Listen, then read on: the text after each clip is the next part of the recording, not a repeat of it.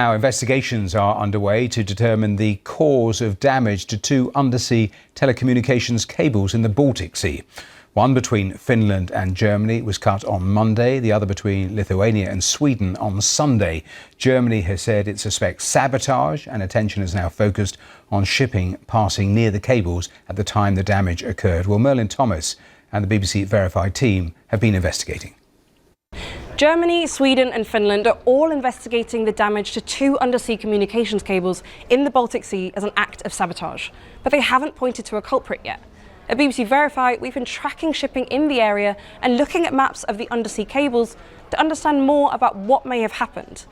This picture, taken in 2015, shows such an undersea cable being laid out. Now, there's a whole network of cables around the world used for telecommunication services. Now, two of the cables you can see here in the Baltic Sea have been damaged. One connects Sweden and Lithuania, and the other links Germany and Finland. Now, the company that owns this one, known as Sea Line 1, says it has been cut around here off the Swedish coast. Now, we don't know exactly where. Now, there are lots of ships in this busy route, but the Danish authorities have said Danish defence are in the presence of one particular ship, the Ipung 3. Here it is pictured on Tuesday after the cables were damaged. Now, the Ipung 3 is a bulk carrier registered to a company in China. We've contacted that company for comment, but they haven't responded to us. We've used a ship trapping platform called Marine Traffic to follow three Danish naval ships which appear to have shadowed this Chinese vessel. Now, why didn't the company respond? First possible red flag that the company didn't respond, right? Generally, you have obviously seen in these kind of situations, if the company is not responding, they probably, now obviously we cannot conclude anything here, but they might have something to do with it. I mean, yeah, definitely a suspect, and the suspect is not responding. I mean, I wonder why. Here's the Ipung 3, and here's one of the Danish Navy ships, which appears to have started following it here, and they're both now stationary here. Now, it's important to say we don't know whether the Ipung 3 was responsible for the damage, but here's another aspect worth pointing out to you, which is, here's its full journey from Russia, according to marine traffic data. There it is from the port of Russia, following that journey there. And on this map, the ship's signal disappears here. You can see these dotted lines here for about 7.5 hours near the area of the cable. Marine traffic have told us they're confident that it was turned off during this period. Now, this is very unusual under maritime convention. You have it on all the time unless it's an extraordinary circumstance, like a risk to life. Now, as for the impact of the damage to the... Well, I mean, you gotta, like people take a lot of people say a lot of nasty stuff about BBC. Now, first of all, I'm just gonna tell you straight off the bat, I don't support I'm not biased towards any kind of media, but this is my opinion that BBC is not really that bad. I don't get why there is so much hate towards BBC.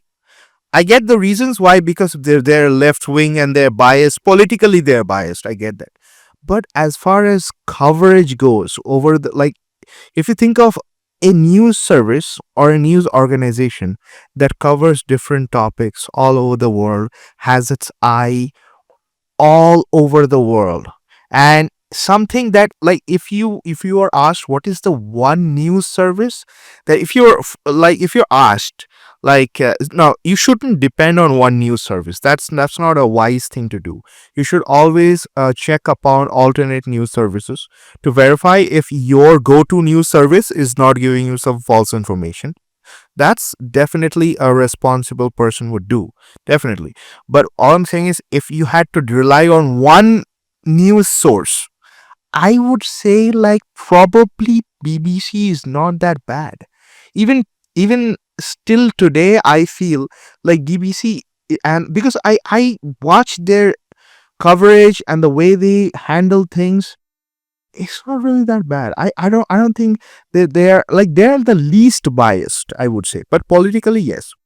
Of course, they're anti-Republicans. I get that. I totally get that. They're anti-Donald Trump.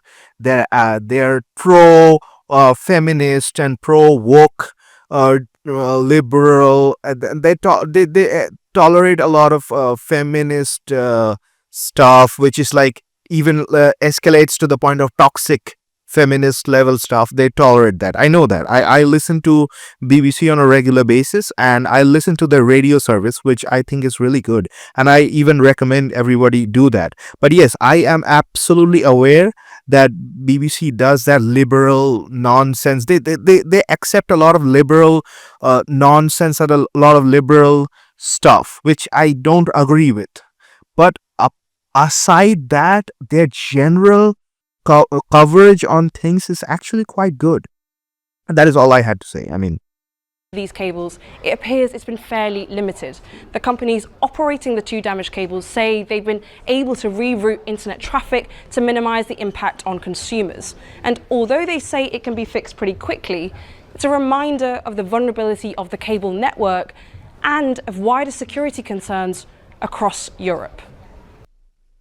now, like, why that in that 7 hours of time span she mentioned, right? Why was it offline? Why was the ship's communication system offline? I mean, it's questionable, right? Chinese ship. I mean, you get the story. I mean, you put two and two together. But yeah, certainly we cannot conclude. Of course, we cannot conclude. We just have allegations. Just like always, we have allegations. We don't have proof. So yeah, we cannot say something. And yes, we cannot conclude. But yeah, we have to be suspicious. I think suspicion is important. I mean, a lot of the times, a lot of the things will not be proven. People will try their best. Criminals will try their best to hide their tracks. That doesn't mean that the crime did not happen. That doesn't mean that the crime should be ignored.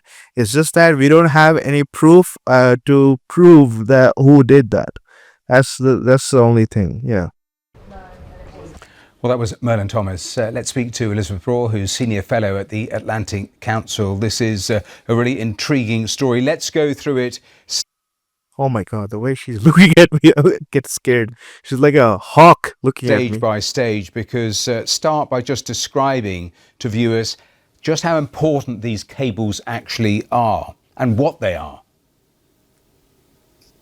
They are indispensable to modern societies. They meaning about 600 undersea cables that transmit modern communications, and they crisscross the world's oceans between all kinds of countries. So there are very long ones that go across large oceans, and then shorter ones like the one that has just been damaged, that went between, or that goes between Sweden and Lithuania. And all these cables have been installed since the 90s, really, when the internet took off, and they are not just indispensable to modern. Guys, I just want to take a second and say, like, it's really fascinating, right? Like the internet that we use in all the time, right? These days, unless we are sleeping, we are using. Whenever we are awake, we are using internet all the time. It's fascinating to know that the internet actually exists under the ocean, right? I mean, those are just wires that are lying, I mean, on the ocean bed. I think it's pretty fascinating. I mean, the first time I heard about that and I saw that on a video, like how they laid all those wires under the sea, I was like, what? I thought like internet is all on the air. Internet is all cloud and stuff, right? But no, apparently it's all under the ocean bed. Yeah. Maybe Elon Musk's Starlink, the Starlink satellite internet system that Elon Musk is gonna bring. Maybe that can be used as a countermeasure to this kind of barbaric practices. Whoever did that, nobody knows who did that, China or which country is responsible for this damage. But maybe Elon Musk can help us with his innovative Starlink satellite-based internet connection. Modern societies, they power everything we do on a daily basis that has anything to do with digital life. Yes. But they are also extremely vulnerable because they are set up for a world in peacetime. before we talk about vulnerability, to lose both, is that the sort of hybrid warfare that you have written about? This indeed seems to be a case of hybrid warfare. So if you are a country that wishes to cause harm to another country, and you know that that other country... But the general direction in which Europe and the Western countries, anywhere near Russia, anything that is to do with China, Russia, North Korea, the Europe in general, and North America, things are not looking very good. Things are not looking good. The direction things are heading at, it doesn't look good. Country, or indeed a group of countries, are stronger than you militarily, you are then clever and use non-military means, and you can cause considerable harm. For example, by targeting undersea cables, by targeting infrastructure on land, by engaging in weaponization of migration, which we have seen in Finland and Lithuania, Poland, Latvia recently. You can cause considerable harm, and these countries can't do very much to retaliate because it's not military aggression. Yes, and that takes me to my final couple of thoughts, because presumably there's no real way of protecting these cables. But I also want to ask you, who is most likely behind it if it is some sort of sabotage? Because obviously the focus turned to Russia because this was in the days after the American ATACMS decision. But there's also all of these reports of a Chinese vessel that's being looked at. What is your best assessment? I think we are looking at a Chinese merchant vessel. The way the guy, this is like a James Bond. It's like news being reported, like the way you see on Hollywood movies. It's like, so how far, where is the tension escalating? Is the world coming to an end? And then he just moves his glasses like that. Oh my God, dude. Specifically this Yipeng 3 as the likely culprit, it is extremely difficult to accidentally cut not just one but two communications cables. And this vessel is not the first Chinese vessel to... I want to know, where is South Park? I'm not following South Park recently. Is South Park actually making any content related to this? The whole tensions escalating towards World War III or something? Like, I don't know. I haven't been following South Park recently. I wonder, are they making kind of this? So I have been watching so much South Park since my teenage years. Everything that I see on the world today, like on a cultural front, it feels like, I mean, that there's an overlay of the South Park animation, and it's a whole style of, the presenting. It comes in my mind, and everything suddenly becomes funny, and in a dark sense or whatever. But everything seems funny. But yeah. To apparently have damaged undersea cables in the Baltic Sea. We had just a year ago, we had another Chinese merchant vessel damaging two communications cables and one pipeline. It then sailed off to the Russian Arctic coast and off to China after that. This time, it seems to be the case that the Danish Navy wants to speak to the crew and is trying to decide what to do now because the Yipeng is in Danish waters and the Danish authorities have a very important decision to make. Final brief thought. How difficult is it to repair cables like this? It's not difficult to repair them, but you have to have the specialized skill, and there are not enough repair vessels. There are just a few dozen repair vessels, actually. And if one of your cables is damaged, you have to wait for a very long time for one of them to arrive. When Taiwan's Matsu Islands had their two communications cables cut by Chinese merchant vessels about almost 2 years ago, they faced having to wait for months to be reconnected with the world. Taiwan managed to cut a deal with one of the vessels, and it came back. The communications came back within a couple of weeks or a few weeks, but there just aren't enough repair vessels. And so that too raises or increases the harm that you can cause by damaging these undersea cables. Elizabeth, absolutely fascinating talking to you. Thank you so much for joining us here on the